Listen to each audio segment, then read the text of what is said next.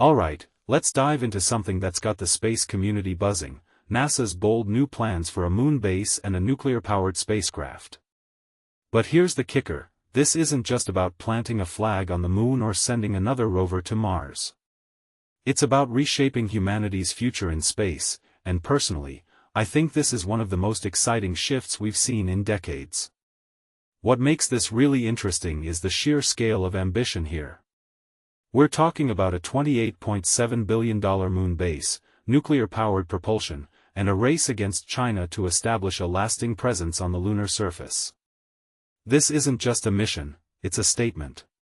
First, let's talk about the moon base. NASA's decision to scrap the Lunar Gateway in favor of a surface base is a massive pivot. From my perspective, this is NASA saying, we're done with just orbiting the moon, we're going to live there.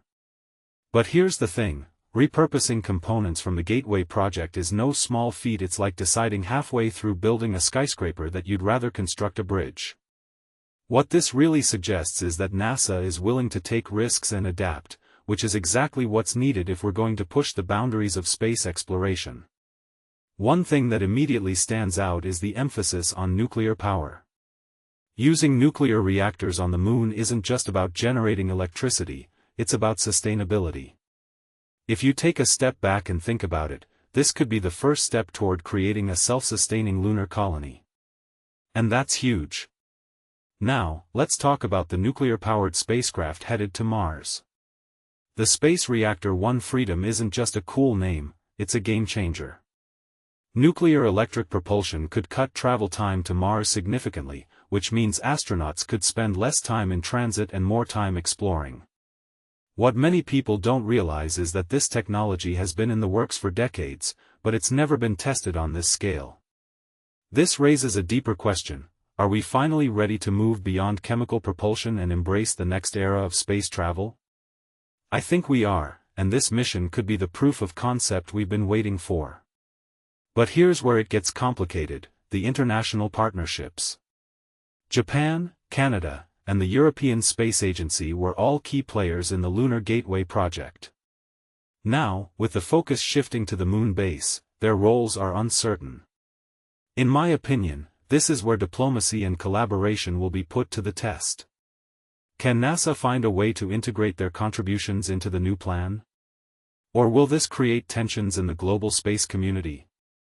A detail I find fascinating is how this mirrors the geopolitical tensions on Earth. The US and China are both racing to the moon, and these partnerships could become strategic alliances in a new space race. And then there's the elephant in the room: the lunar landers. SpaceX and Blue Origin are behind schedule, and NASA's decision to use whichever lander is ready first feels like a Hail Mary. Personally, I think this is a smart move. It injects urgency into the program and forces these companies to step up their game. But it also highlights the risks. What if neither lander is ready by 2028? What if there are more delays? This isn't just about meeting a deadline, it's about the safety of the astronauts and the credibility of the entire Artemis program. If you take a step back and think about it, what NASA is doing here is rewriting the playbook for space exploration. They're not just aiming for incremental progress, they're shooting for a paradigm shift. From my perspective, this is what NASA does best: dream big and take bold risks. But it's also a reminder of how fragile these ambitions can be. Budgets can change, political priorities shift, and technical challenges are always lurking. What this really suggests is that the next few years will be defining for humanity's future in space. So, here's my closing thought: this isn't just about NASA or the US, it's about all of us. If these plans succeed, they could pave the way for a new era of space exploration, where humans don't just visit other worlds but live on them. But it's also a reminder that progress comes with challenges, and success is never guaranteed. What do you think?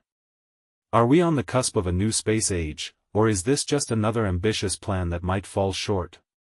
Let me know in the comments below, and let's keep this conversation going.